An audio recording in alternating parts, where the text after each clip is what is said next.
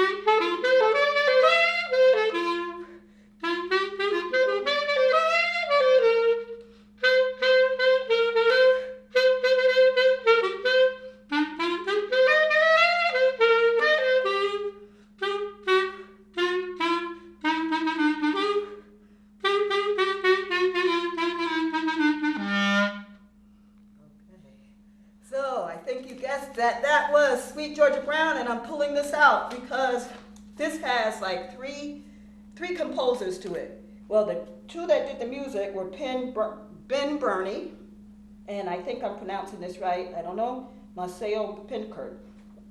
Probably didn't, but those are the music people, and the lyrics are Kenneth Casey. So there you are. I have this because I remember last time I didn't know the name, I didn't know who were the composers, but there it is.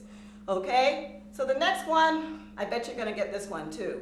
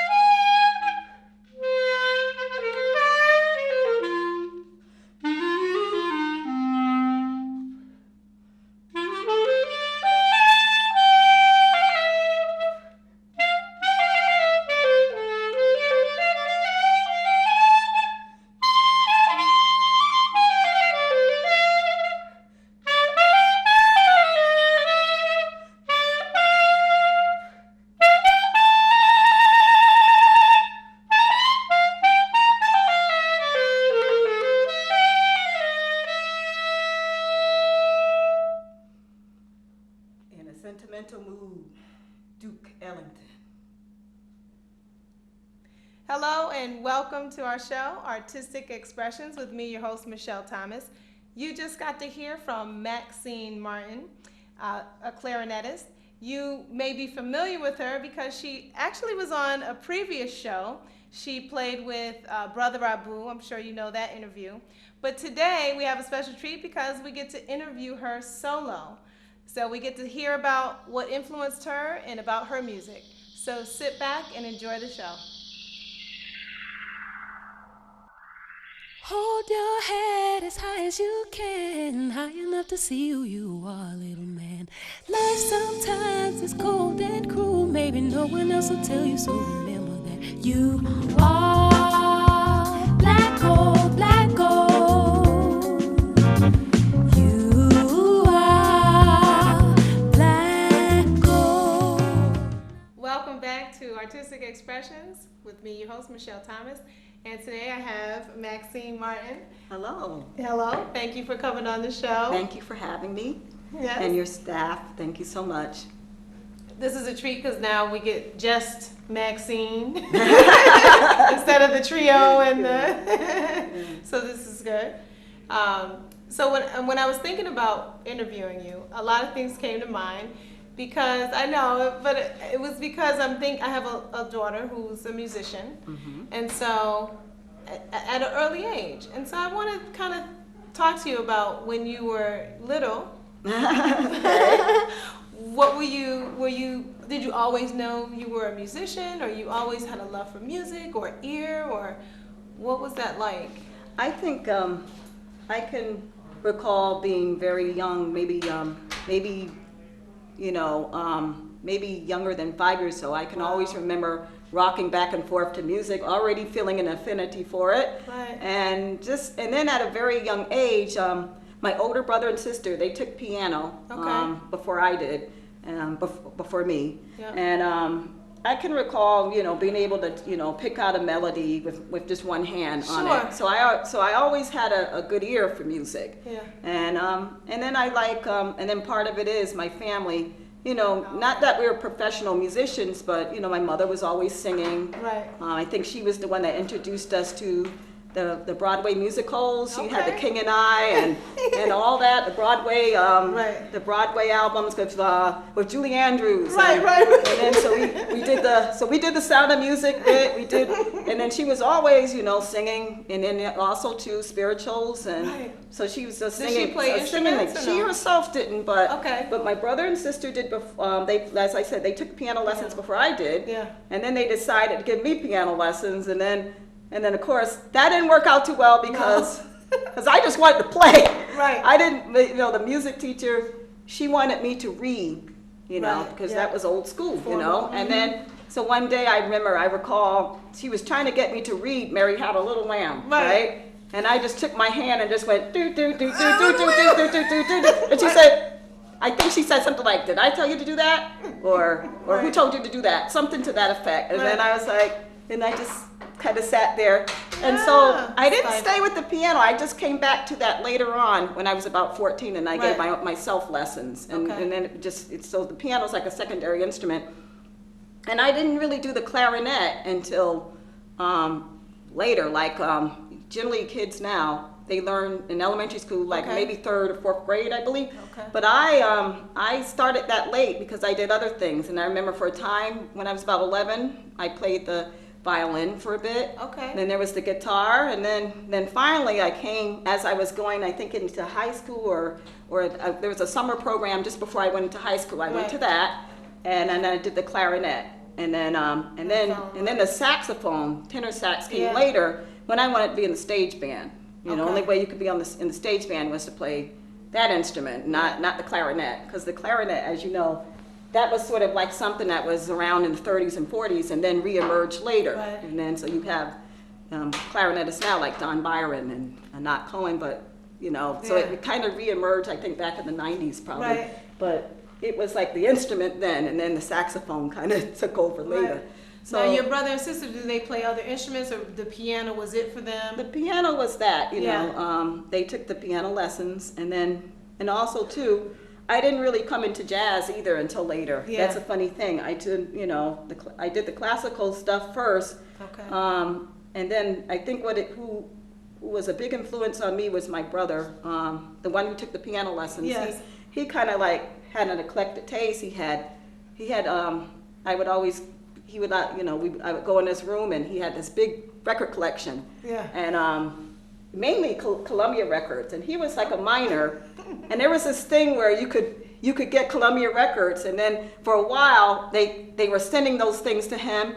And then finally they were getting on top of him about paying them. And then my mother was like, she had to like write and tell him, well, this is a minor, and you know. That's right. Yeah, but they were like kind of like, he's not. And so they they were kind of strong arming him and everything, if I recall. But then she got into it, but he has a great taste. He had Miles and all of them in there. Nice, yeah. And Joni Mitchell, I think I was got into Joni Mitchell. I think he had the Hajira. He had that album, which I have now. I have a lot of her because I love Joni Mitchell's work because I like her as a songwriter and that kind of thing. Yeah. Because on my CD I have songs of my own too. So she's an influence of mine. And a lot of people though are.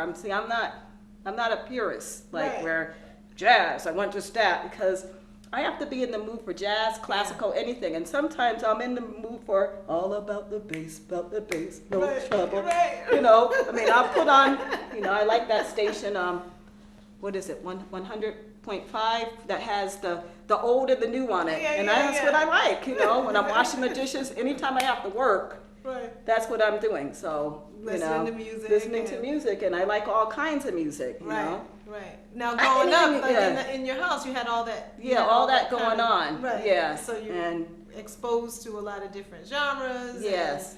But then jazz has a certain. Yeah, and then I kind of jazz is just something that I felt I got probably more opportunities with jazz than the other genres.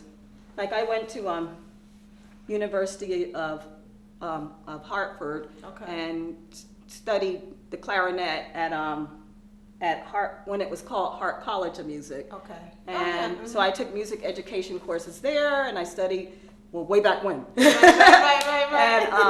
And so they loaded us down with a lot of those music ed courses. They were like, so I didn't really. There wasn't really time for it there, but I did sit in on Jackie McLean's class, and then there was also another saxophonist, Paul Jeffries, and he gave me a few lessons. So whenever I could audit, I just sat in, so that's how I started to do the craft of jazz, and then too, I learned more about jazz when I moved to New York. And what part? Spanish Harlem, East Harlem. Nice. I hung out there. I shared an apartment with my sister Sonia, who was acting, an actress, and she was a director. And then finally she went into production management. And she's also the co-producer. She co-produced with me with my CD, Fragments and Colors of Me. Good. So but at the time we were sharing an apartment, and we lived there for a long time. I didn't move away until like about 2008.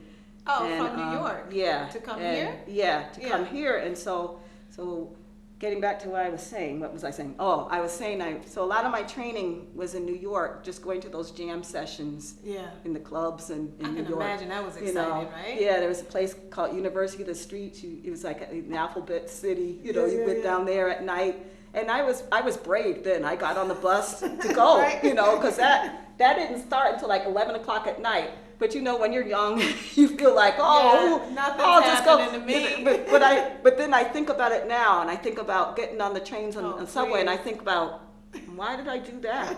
Just getting on at night. My aunt, she lived in Queens. Yeah. And I remember getting on 9 o'clock, getting in the subway 9 o'clock at night, going to her. And then you also had to take the bus, but then when you're young, you feel you're free, you don't think about those kind of things.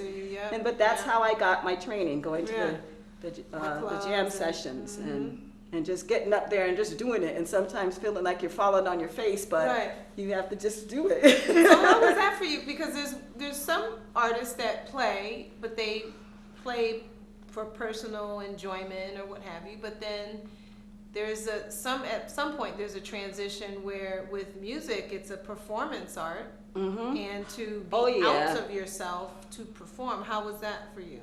Well, yeah, you get you meet musicians who are like-minded like you, and then you're able to get in groups with them. Okay. And so that's what happened, and then you easier. get hired that way. And then too, I was a member of International Women in Jazz. Okay.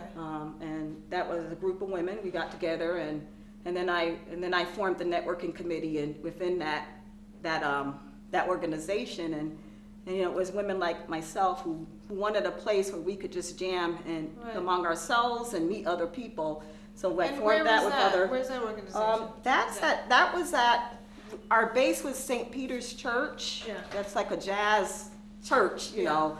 And so we would have our meetings there, and then my committee that I founded with other women like myself, what we did was we helped to get workshops, and we helped with the events of International Women in Jazz, getting you know, professionals to do workshops with us. Plus we had our own concerts, and so that kind of thing. So I got a lot of my work through that, you know, with you know.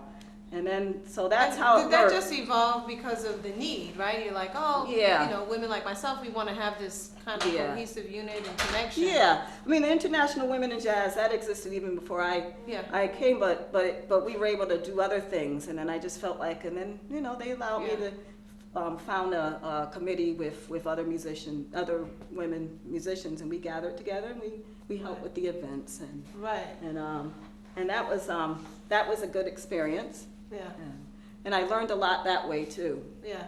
Plus, while I was there, I was also teaching in the New York public systems as a sub, and I did a lot of things that way, you know, because I'm also an educator, and like I've been a teaching I still am a teaching artist. I also teach privately in my home, and when the Hartford Community Center was open, I did, you know, I've taught there too. Unfortunately, that couldn't stay open because of financial problems. But you know, so I taught there, and then so I worked in community centers, and I worked with Midori and Friends.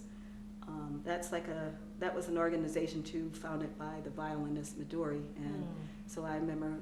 So there was a school in Jamaica, Queens, that I went to, and so it sounds like it's very important for you to be connected, and it's not just, you know, kind of solo I thing. don't just. I'm not just a musician. I'm also an educator, and I teach in the Connecticut public schools now.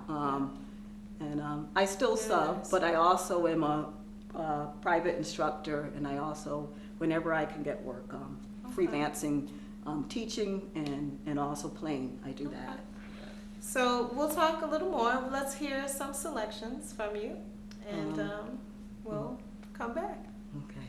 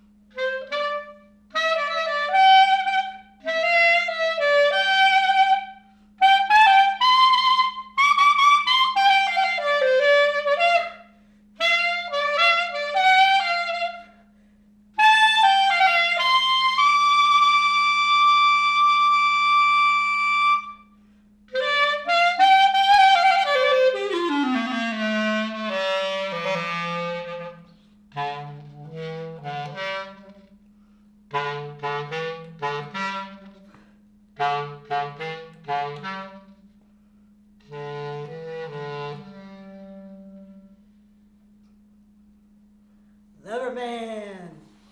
Now I gotta pull it out again because 3 more composers again. Okay, there are 2 Jimmys. Jimmy Davis, Jimmy Sherman, and Roger Ramirez wrote the music to Lover Man.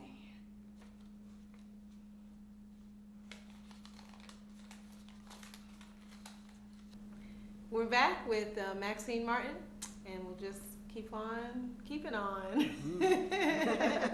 So I love your groove and your feel. Like when you get into your music, you really like kind of your body language. You put your all into it.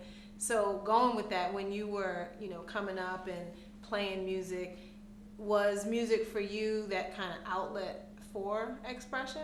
Where emotionally? I think so, because people who know me, they know me as sort of a quiet person. Yeah. I'm quiet, and and I used to feel bad about that because the society seems to say the outgoing people, the popular people, those are the people who are interested. Yeah. It's overrated. And then I read something, I think it was the New Yorker or something, that talked about, even as a baby, you're these different types. Right. And it's actually okay. I was like, really? Okay to be Oh, really? quiet? Yeah, it's okay. 'Cause I think, all types are important, Sure, And sure. and so I think that I've expressed myself better through music. Yeah. And that's but then people who really get to know me, they know that I can be, I can be funny too, and I like to laugh, and Yeah. and that's what I like about working with Abu Alvin Carter. Yes. And Jim Mersick, and now we have someone else in the fold, Smoke and Mirrors. That's our Yes, group, yes. and so we meet as for rehearsals, and that's something that I always wanted too, is to find that niche, that group that you could work on things. Because Yeah. I feel like, back in the 70s, those groups like Chicago and Earth, Wind and Fire and all them, they all got together and jammed, and that's how they got their sound. Yeah. So I feel blessed that I'm able to rehearse on a regular basis with and then with Abu and Jim Mersick, and also now we have someone else in the fold, Corey Lovejoy. Corey Lovejoy. Sorry for stumbling on that. But she's a pianist, and she also sings, nice. and so she's in the fold now. She's someone who Abu knew, and so now when it gets to be warm, you're going to see us at the farmers market, and in April we're going to be playing again at the Passages Art Gallery in Farmington. We were there in November, and they liked us, so we're going to be coming back, and then you'll be able to hear Corey now with us. Very nice. And so it's really shaping up, and what you feel, said makes sense though. If you're playing, on your own, there's so much that you're going to learn. You can be a self-taught artist and look stuff up. I don't know, look at a YouTube video. I don't know how you do it, but then the dynamic of having people, and then now you're inspired and stimulated, and we can move that way in the ebb and flow. I'm sure that adds a richer, dimension to the whole. It really, and I'm all about collaborating with others, and listening and communicating with the group, and it's really fun. I'm thinking about the rehearsal we had. When was it? Was it last Tuesday? It was this week. And Sure. It's fun because it's something about it. It doesn't feel like work. It's very communal, where we're sitting and we're like really focused, listening to each other, and then somebody will play something as if they're talking on an instrument, and then we'll be like, and then we all just smile, and then sometimes we laugh at it, it's approval, what we're hearing, and then we just keep going, and then I love them because we don't just talk about music either. We talk about something that happened during the daytime, and then they'll make us think of something else, and then we'll all just start laughing, and then it's really, and then That's so kind of like the feel of a drumming circle. That's right. That's exactly what it's like. That whole Yes. communal. Everybody's kind of playing off or responding to. And now, so the purpose of the rehearsals too is that for different. Explain that process. Like, do you have like specific songs, or or does it evolve? Like, how? What is the dynamic? What happens is we all come in with our own ideas, and what I like about it too is we all have like different. I guess we all come from different genres, even like Abu, he has a lot. He knows a lot about African and Latin rhythms, and then there's Jim. He has sort of a blues folk background. Yeah. And then there's me. I like R&B, the funk, and a lot of it. And then Corey comes in, and she likes a lot of Latin stuff. So what happens is we come in, and if someone wants to work on something, then we say sure, you know. Okay. And then also too, we work on like Jim had a song that we worked on, and then I have a song. I have music too that we work on. So what I like is it's a combination of standards and originals that we all like, and then And now the music for that, is that read? Is that, you know, you have sheets, or is it everyone, this is just so seasoned that everybody just kind of intuitively know? Like I had charts that I wrote out for my songs and my music, and then sometimes Jim has passed out charts too, and then Corey just came in, but she'll be doing adding to things, doing her arrangements too. Right. So it's a combination. Sometimes it's ears.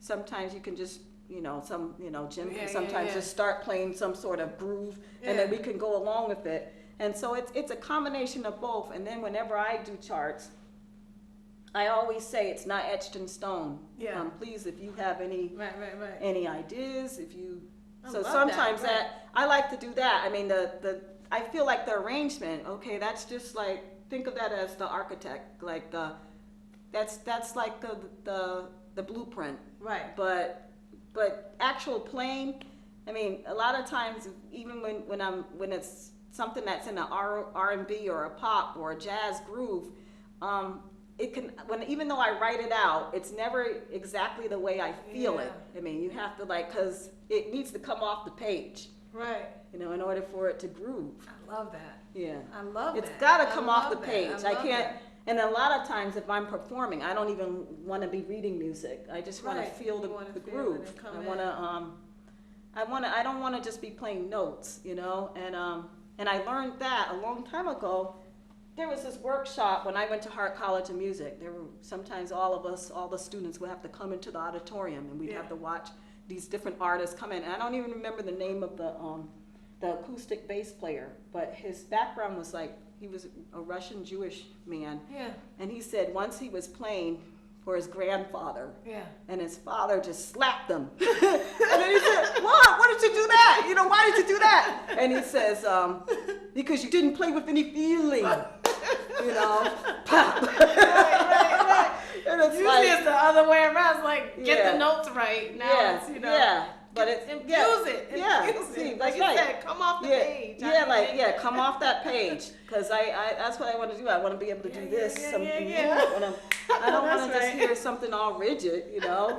And that's what happens. And so that's what I look for whenever Now Corey coming in. Now is she? You know, because the fit is great. You know. Oh, she's wonderful. So Someone she else, coming, like she comes in soon as she gets on the 88. And I'm like, ooh. Like the minute I heard her, I said, ooh, now I could do something with this, you know. And that's what I am whenever I'm getting in with musicians. I like for me, you can be all technical and you can be a great musician, but if you don't have that personality, that light, then I don't even want to. I don't even want to touch you. I don't even want to come in because you got like this, you know. Yeah. But no, all of us, we're all like. Yes. Spiritual. That's true. And that's what I like. And then so she comes in too, and we all music groove. is spiritual. Yeah. That's what it is. Even it's as spiritual. you move, it's that movement, it's that flow, like it's coming out. And that group, Yeah, that's right. Everybody's all the same doing that, you know, coming out of you.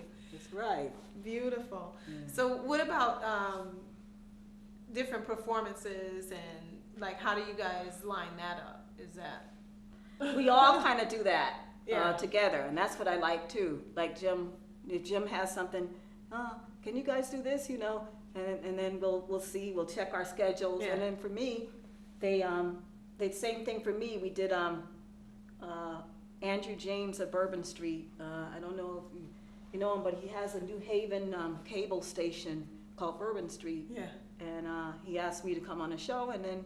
So then that came through me, and then there are other things, and then the Hartford, and I know I got, last year we did the Baby Grand piano series. Yes. And so I came in on as a trio, we got it, and then then Abu wasn't able to make it, but he had Jocelyn Pleasant Yeah. play in his place, and that was good. Right. So it all comes, and then Abu has been getting a lot of things too, and then Sure. so it's all, and then It's full circle. yeah. Everybody has their hand. There's all different connections. yeah, so it's all of us, whenever. How often do you like to play? Like, what's your, you like to be booked or? If I could play all the time, I would. Really? Yeah. But it doesn't always work like that, and so, so whenever I can, it would be Yeah. nice if I could play more regularly, even. But Yeah. but there's not a venues aren't Venues, seems right, to they have they like a seem to steady be gig. popping up, Okay.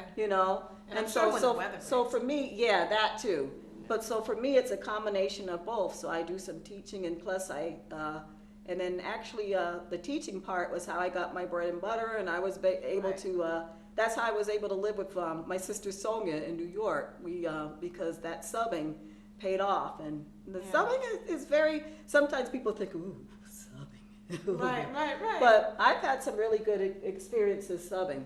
Some And then I've long-term worn a lot of subbing. hats. Yeah. And If you get a long-term subbing gig, then it pays yeah, off really I've well. had those in New Yeah. York where I've had classes, like teachers, they would like me and they say, Miss Martin, can you, like a few teachers had maternal leaves. Right. So they're like, Miss Martin, can you do this for Yeah. me from November to, I said, Yeah. oh, sure. And then I remember And so now some of this those is sending. teaching music. Yeah, And so- sometimes it's teaching music, and sometimes it's the 3 R's: reading, writing, Oh, okay, arithmetic. yeah, that's true. You sub and you just but kinda but it's end up work.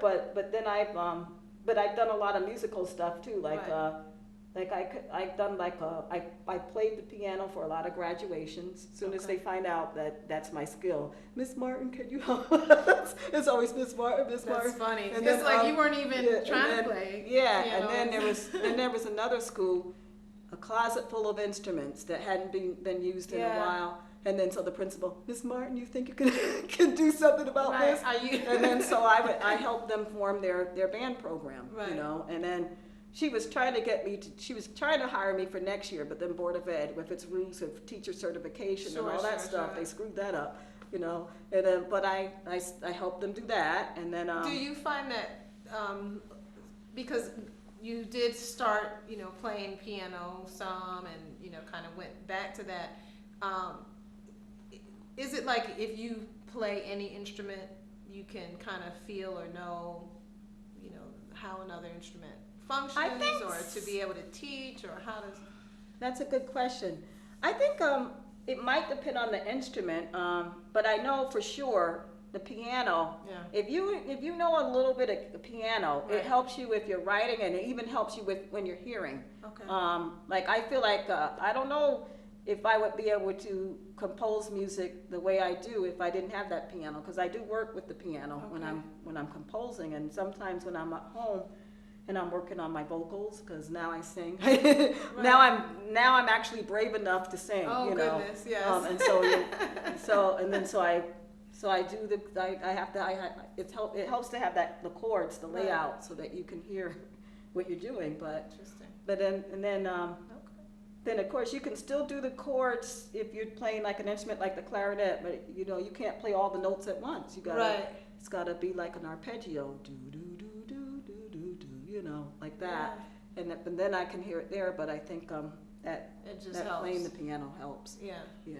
Okay. Beautiful. So. And then and then certain fingerings are the same on the flute, the clarinet, and the sax. Okay. So that's why a lot of people can double with. Yeah. But then the embouchure, how you hold your mouth, Yeah. is very different.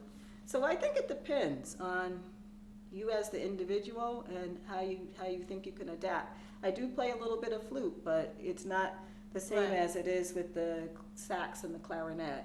Right. But but you're able to teach it. You're Yeah, able to I was at able to. least- Yeah, I like when I did that Midoriya and Friends teaching artist gig. Yeah. I taught saxophone class, clarinet class, and flute class. Okay. And Yeah, that's one. That's a big range. Yeah.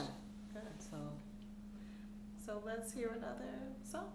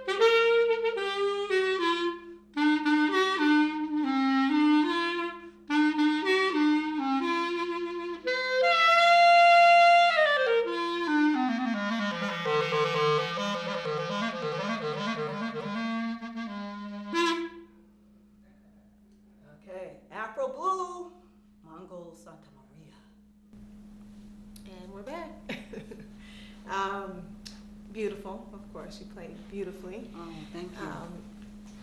Just the sound.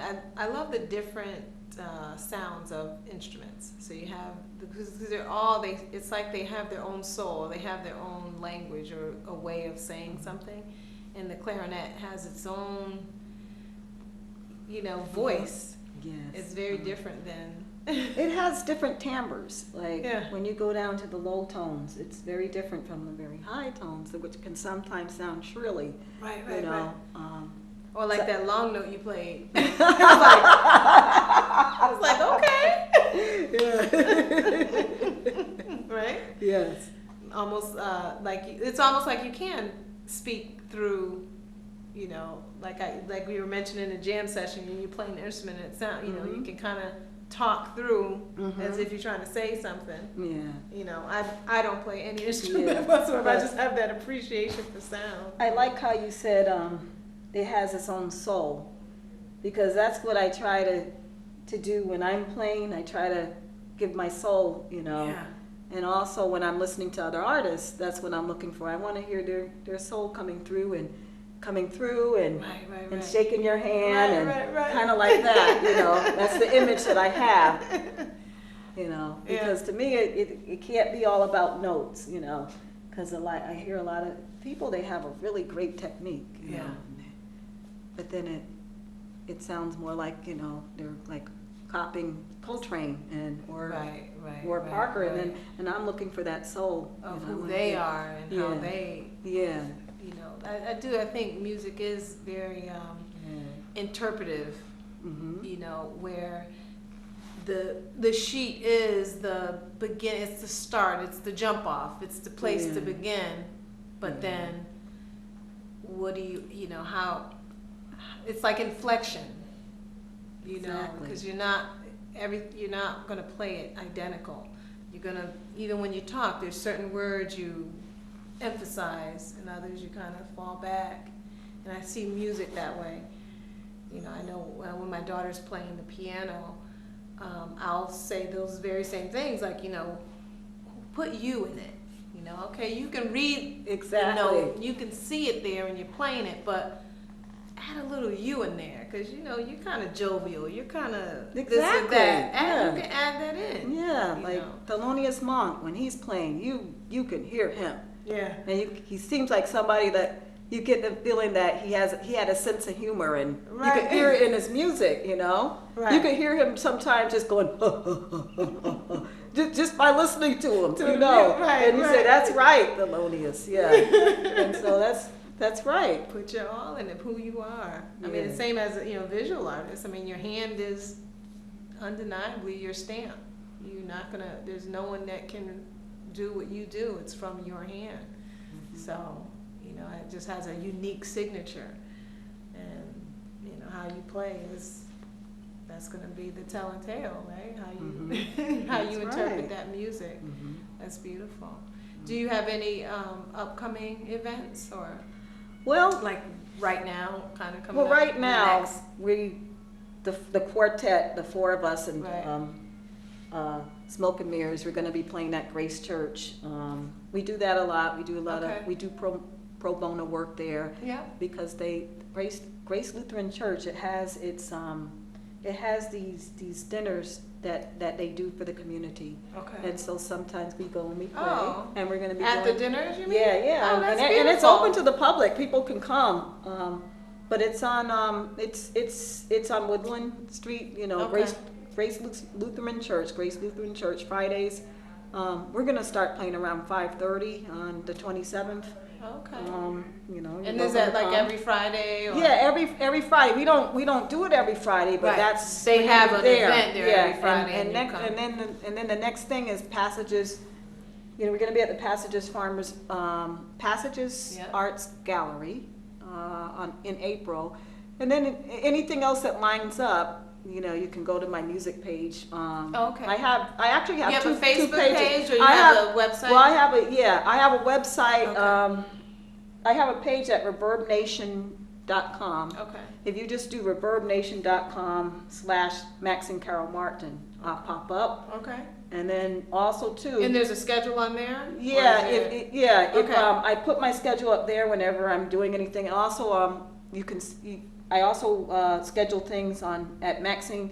If you go to Facebook and you type in Maxine Carol Martin, Right. that's my music page. Okay. Okay. It's the other page, Maxine. If you just say Maxine Martin, you'll see me. But then everyone's on that page, and sometimes Right. you'll see me just anything I like. I'll Right. put on that. That's my miscellaneous page. Right. My hey ho Yeah. kind of page. Hello I ate a everyone. cheeseburger. Yeah, exactly. But the music page is Maxine Okay. Carol Martin. Very nice. I'll make Yes. sure I put that up Yeah. for everyone. Okay. And on that page, you update that Yes. frequently Yes. or whatever for your. Right, Do you put- anytime- Do you any- put pictures up or not? Oh yeah. If you go to Maxine Carol Martin, you'll see a lot of photos from the Andrew James gig, where you'll see photos of some really nice ones. He did some Yeah. really nice ones. Oh, you good. know. Good. And Yeah, so yeah. I'm gonna so check 'em and out. then you also will see the link to Jim Mersick and I. Good. We did an interview on the University of Hartford radio station with Chuck Abuchowski. Okay. And so that link is right there. I put it Oh, there. good. Yeah. When we were promoting our Passages Arts Gallery. Yeah. And we played on that too. We played live a few tunes. So. Nice. Yeah, I've been there, a few times and stuff. So it's a really nice venue for artists to kind of come together and have a jam session. Yeah. No pressure, no judgment. Yeah. A lot of those venues are, kind of coming up in Hartford. There's a lot of opportunity. I mean, well, what about the Jazz Festival? You kind of frequent that every year? And The Jazz Festival. You mean the one? there's you mean the one- 3-day the one, Bushnell and Part then there's one. the Monday. I yeah. haven't played there yet. Yeah. Yeah. But one day That's right. I will. That's Yes. right. Beautiful. And Alvin Carter's son, Alvin Oh, Carter yeah. Jr., I he's see at the him. Baby Grand. Yeah. He's doing the Baby That's Grand series, right. too. Yeah. So everybody's all, Mhm. I find more and more how everyone is so, like you mentioned Jackie McLean earlier, it's like everyone has had some kind of, Some kind of especially in the 6 music. degrees. What do you call Right, it? right. Everyone has a 6 degrees Everyone. with him. Everyone is so, Yes. connected. So, yeah, great. I do want to ask personally, though, for young artists, coming up and, kind of feeling their groove and finding their way, what would you say to them? Like, I would say to them, do you. Do you, feel what's in your heart, what's true, yeah, and just do that. And don't compare yourself to others. yeah. Just be yourself and find the truth within you and let it all out. Yeah, that's beautiful. Beautiful. Well, thank you so much for Thank coming you. on the show. Thank you for having me. Oh, this is Thank you beautiful. so much. This is good. I love musicians because, as a visual artist, I translate and speak a different language and music, but I love music. There's just something about it that, I can tell that you do. oh my I can goodness. tell that you do. There's something You're a about it. kindred spirit too with your art, and I can just feel it, Yeah, I would jam if I knew how to So where play. can I see your work? Oh goodness, yeah, I have my website. I have all kind of. I show. Okay, I I'll show look. every month. I'm going to look. I'm a showing artist, so I do show. I have Okay. a couple things out. So, yeah, please. I love the support as well. That's right. But again, thank you for coming on Thank the show. you for This is having me. beautiful. It's a pleasure. This has been our Artistic Expressions, beautiful interview with Maxine Martin, the clarinetist. She has a CD, I didn't mention that, but you want to say anything about your CD? You can find the CD at cdbaby.com. You can also find it at iTunes and also Amazon MP3. You can just type in Maxine Carol Martin And what's the name of it? Fragments and Colors of Me. Beautiful. I'll make sure I'll post that as well. So again, thank you for joining us. And always remember to support the arts and your local artists. Thank you for joining us.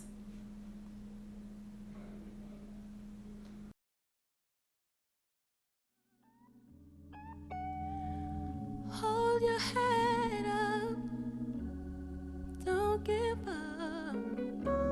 You